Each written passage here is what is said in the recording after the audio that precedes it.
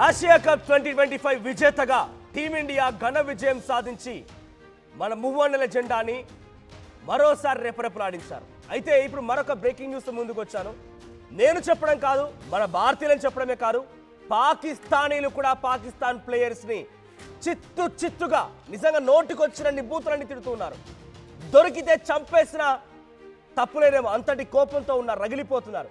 మీరు ఎంత కొట్టినా చావని పాములు రా అని చెప్పి కూడా మాట్లాడుతూ ఉన్నారు. భారత్ సునామీలో పాక్ ఆటగాళ్లు కొట్టుకుపోయిన తీరును చూసి పాక్ క్రికెటర్లని ఏకిపారేస్తున్నారు పాకిస్తాన్ ప్రజలు. యుద్ధంలో ఓడిపోయారు, ఆటలో ఓడిపోయారు, మీరు ఎందుకు లేక బతికి చావక అని చెప్పినట్టుగా వాళ్ళిద్దరిని తిరుగుతున్న పరిస్థితి కనబడుతోంది. పాకిస్తాన్ ఆటగాళ్ళని, పాకిస్తాన్ ప్రజాప్రతినిధుల్ని ఇంకెందుకు పనికొస్తారా వెదవలు అంటూ కూడా సంబోధిస్తూ పాకిస్తానీలు ఫైర్ అవుతూ ఉన్నారు.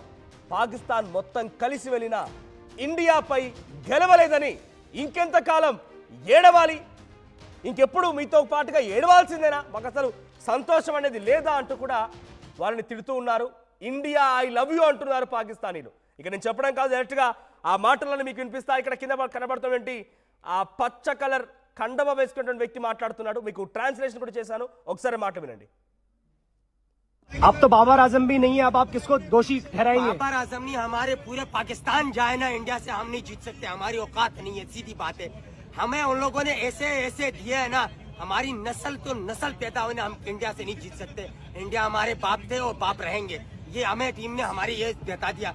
अबे कब तक हम रोएंगे यार, लाशें हम उठा रहे हैं, हमारे को कौन सी खुशी है यार हमारे पाकिस्तान में, मुल्क में क्या है। एक क्रिकेट है उसकी भी यार, उसका भी जनाजा निकाल दिया, टीम में लेके घूम रहे। हुसैन तलब की कोई जनाजा नहीं पड़ता, उसको टीम में लेकर घूम रहे, केचे छोड़ रहे। ऐसे कौम है यार, हम कौम कहाँ जाए ये बताओ, ये मुझे जवाब चाहिए। ये हमारे जो हुक्मरान बैठे हुए इनसे जवाब चाहिए। ये टीम है, हम इंडिया के मुकाबले के, हम इंडिया के जूते के बराबर नहीं है। मैं आज हल्फन कहता हूँ, इंडिया आई लव यू यार, तुम लोग सही हो, हमसे हाथ नहीं मिलाए। अगर तुम हाथ मिला, ఐఎమ్ ఎక్స్ట్రీమ్లీ సారీ, మీకు ట్రాన్స్లేషన్ వేస్తాను, వేయలేకపోయాను. బికాజ్ డైరెక్ట్గా వాడు మాట్లాడుతున్న మాటల్ని నేను మీకు కనుక ట్రాన్స్లేట్ చేస్తే నేను కూడా పొరపాటేనేమో. మహిళల్ని చాలా నీచాతి నీచంగా తిడుతున్నాడు, ఎంత దుర్మార్గంగా మాట్లాడుతున్నాడో ఇందాక మీరు చూశారు. ఎందుకురా మీ బ్రతుకులు బ్రతికి అని చెప్పి ఇంట్లో కుటుంబాన్ని కూడా ఉద్దేశిస్తూ తిడుతున్నాడు. సో కొన్ని మీకు మాటల్లో మృదువుగా మీకు అర్థం అవడం కోసం నేను కొన్ని బీప్స్ వేసి నేను ఆ ట్రాన్స్లేషన్ మీకు తెలుగులో అనువదించే ప్రయత్నం చేస్తున్నాను. పాకిస్తాన్ మొత్తం కలిసి వెళ్ళినా భారత్ని ఓడించలేమనేటువంటి మాటను మాట్లాడుతున్నాడు. ఇండియా కొడుతున్న దెబ్బలకి మా తలలు పగిలిపోతున్నాయని కూడా మాట్లాడుతున్నాడు. కానీ మీకు మాత్రం సిగ్గొస్తలేదురా అని చెప్పి ఆ పాకిస్తాన్ ప్లేయర్ల గురించి అడుగుతున్నాడు. పాకిస్తాన్కు అసలైన బాప్ ఇండియానే, ఇప్పుడు ఎప్పుడు ఎప్పటికీ బాప్ ఇండియానే అని కూడా మాట్లాడాడు. మేము ఇంకెంతకాలం ఏడవాలరా, నీచ్ కమిన్ కుత్తేళ్ళారా, పాకిస్తాన్లో సంతోషం ఏముందిరా అని కూడా ఆయన మాట్లాడుకొచ్చాడు. ఇక మీది ఒక క్రికెట్ టీమేనా, చిల్లర వెదవల్లారా. అందుకే నేను చెప్తున్నా, మీ అందరికీ శని పోవాలి. మీ రకంగా పాకిస్తాన్ తిట్టొద్దంటే మళ్ళీ మీకు ఆ చిట్కా చెప్తాను. నేను ఇంటికి ఏ మొహం పెట్టుకొని వెళ్ళాలరా అడుగుతున్నాడు. ఇండియా కాలి గోటితో కూడా పాకిస్తాన్ సరిపోదు అని చెప్తున్నాడు ఆయన. ఐ లవ్ యూ ఇండియా, ఈ వెధవలకు మీరు షేక్ హ్యాండ్ ఇవ్వకపోవడమే కరెక్ట్ అని అంటున్నాడు. సో ఇకనే నా మాట వినండి, పాకిస్తానీలను ఉద్దేశించి నేను మాట్లాడుతున్నా. సో పాకిస్తానీ పేర్లకి దిష్టి తగిలింది, చేతబడి చేశారు, రకరకాలుగా చెప్పారు. కాబట్టి వాళ్ళందరికీ 11 మందికి నున్నగా గుండ్లు కొట్టించి సున్నపు బొట్లు పెట్టి మెడలో చెప్పుల దండలు వేసి గాడిదల మీద ఊరేగిస్తూ అక్కడక్కడ కొన్ని ప్రాంతాల్లో ప్రజల్ని గుమికూడించి కోడిగుడ్లు టమాటాలతో కొట్టించండి, అప్పుడు కానీ వాళ్ళకి సిగ్గొస్తుంది. అప్పుడు వాళ్ళకి చేతబడి చేస్తారు చూసారా, ఈ చేతబడి నుంచి వాళ్ళకి విముక్తి దొరుకుతుంది. వాళ్ళకి నజర్ ఉంది, ఏదైతే దిష్టి ఉందని మీరు అనుకుంటున్నారో ఆ దిష్టి పోతుంది. మీ ప్రజలైనా కనీసం మిమ్మల్ని తిట్టకుండా ఆగిపోతారు. ఇవన్నీ మారిపోతాయి.